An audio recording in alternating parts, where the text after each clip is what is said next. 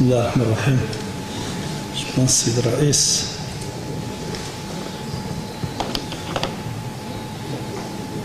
حضور الكريم، السلام عليكم ورحمة الله.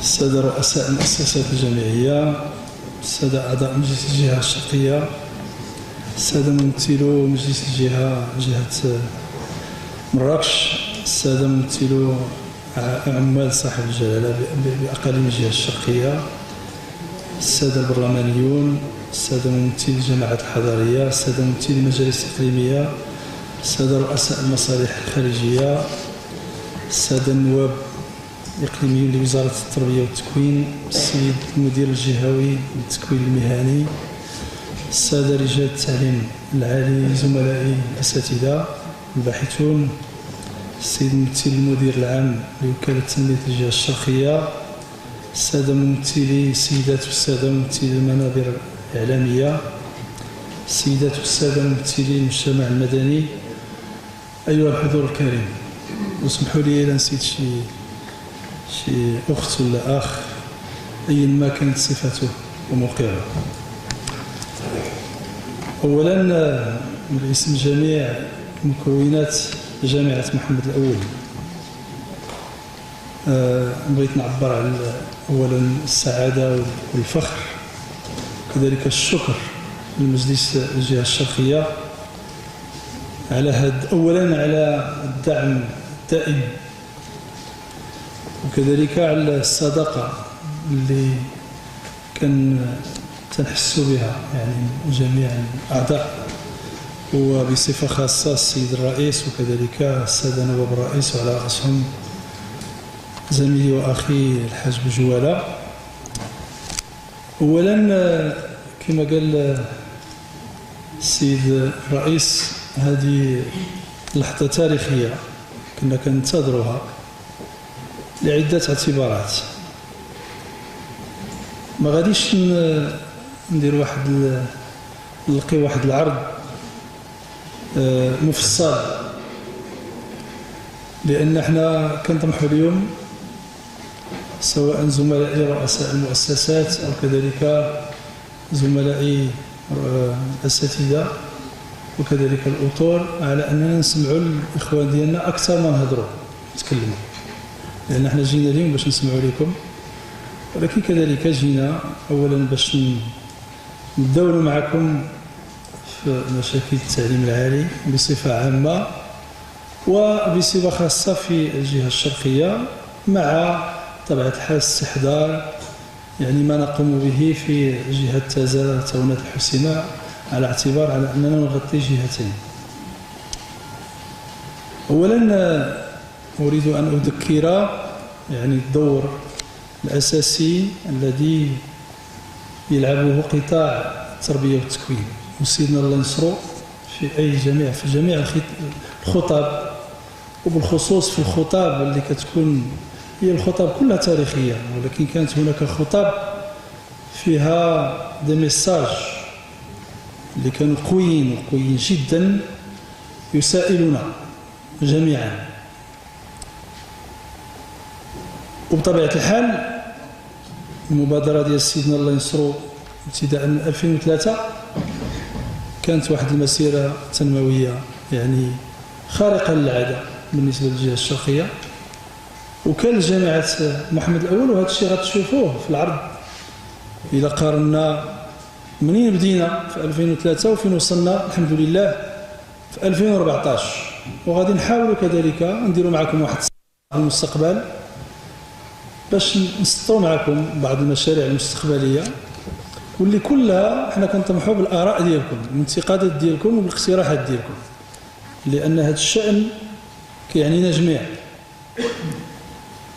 وطبيعة الحال كنبغي كذلك قبل ما نبدا محاور العرض واللي غادي يكون مختصر، نبغي نذكر بدور مجالس الجهات على الصعيد العالمي.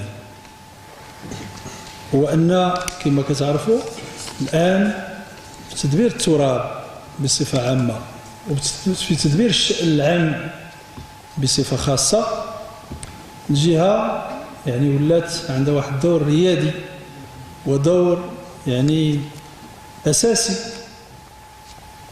وبالخصوص في مجال التربية والتكوين. والسياسة اللي غادية فيها بلادنا كنظن هي سياسة ناجعة ووجيهة وغادية في اتجاه اللي خص يكون، وهي الجهوية المتقدمة. بطبيعة الحال حنا كنطبعوا على أنه عما قريب يخرجوا النصوص اللي غادي يجعلوا على أن تدبير الشأن فيما يخص هذه المجالات، سواء مجال التعليم العالي سواء مجال التعليم المدرسي أو مجال التكوين المهني، غادي يكون قبل كل شيء كيدار مع الجهة المعنية وما كيتدبرش من الوزارة الوصية أو الوزارات الوصية لعدة اعتبار لا داعي لذكرها. وحنا في جامعة محمد الأول حاولنا على أننا نطبقوا أو لا نمشيو في الانتظارات اللي كاينه اليوم في التعليم العالي على الصعيد الدولي.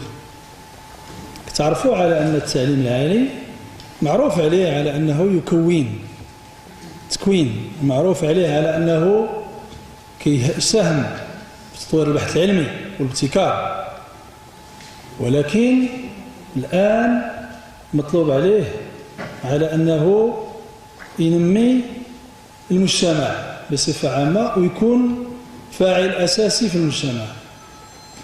واللقاء ديال اليوم نتمنى على أنها تكون لقاءات أخرى مماثلة كتصب في هذا الاتجاه، هو أن الجامعة منكم وإليكم، وكلنا معنيون. احنا بدينا بعض المبادرات ماشي بهذا الحجم ديال الجهة. كان عندنا لقاء مع العام الإقليم الناظور بحضور السادة النواب، والصراحة كان لقاء جد مهم لأن كيكون هناك حوار وكذلك تبادل الأفكار بكل صراحة، لأن اللي كيهمنا هو مصلحة بلادنا قبل كل شيء. كذلك كان لقاء في بركان، واليوم بفضل الإخوان ديالنا ديال الجهة على أننا كنحضروا السعادة ديالنا لا يمكن أن نعبر عنها يعني ببساطة بالنسبة لهذا الاجتماع اللي نتمنى على الله على أنه يكون يرجع علينا كلنا بالخير، وعلى أنه يوضح واحد المجموعة من الأمور سواء من الجهة ديالكم أو لا من الجهة ديالنا. فإذا سمحتوا غادي ندوز المحاور العرض. هو العرض غادي يكون مقسم جوج ديال الأجزاء. جزء كيذكر أو كيلخص بعض الأمور، أولا الأرقام، لأن الأرقام كتعرفوا هي ولات يعني هي المفتاح في التدبير. كذلك غادي نعطيكم صورة على التكوين والحياة الجامعية، على البحث العلمي والابتكار، على الشراكة والتعاون سواء الشق الدولي أو الشق الوطني أو الشق الجهوي، وخدمة المجتمع. هذا العرض غادي يتقدم به زميلي وأخي السي عمر عنان نائب رئيس جامعة محمد الأول المكلف بالبحث العلمي والتعاون. ومن بعد غادي هذا العرض الضعيف غادي يكمل محاور العرض بالنسبة للمشاريع الحالية. غادي نعطيو فكرة على البرنامج الاستعجالي اللي كان هناك فيه يعني عدة نقاشات وكتبت عليه عدة مقالات، واللي كان تقريبا كيشتغلوا عليه فيه يعني جميع قطاعات التعليم العالي من 2008 تقريبا حتى 2012. واخيرا غادي نسطروا استراتيجية الجامعة، مشروع تطوير الجامعة، وغادي نعطيكم فكرة على المشاريع الجامعية الكبرى لجامعة محمد الأول المستقبلية. وأخيرا هذه محطة يعني اللي يلاه كنحضروا فيها هي عرض التكوين للأربع سنوات المقبلة، لأن الجامعات المغربية على الصعيد الوطني كلها مطلوبة الآن على أنها تجيب واحد العرض ديال التكوين يعني واللي بطبيعة الحال غادي تتعرض على الوزاره الوصيه باش تدقق فيه وبطبيعه الحال تعطي فيه وتبت فيه فيما يخص يعني التزكيه.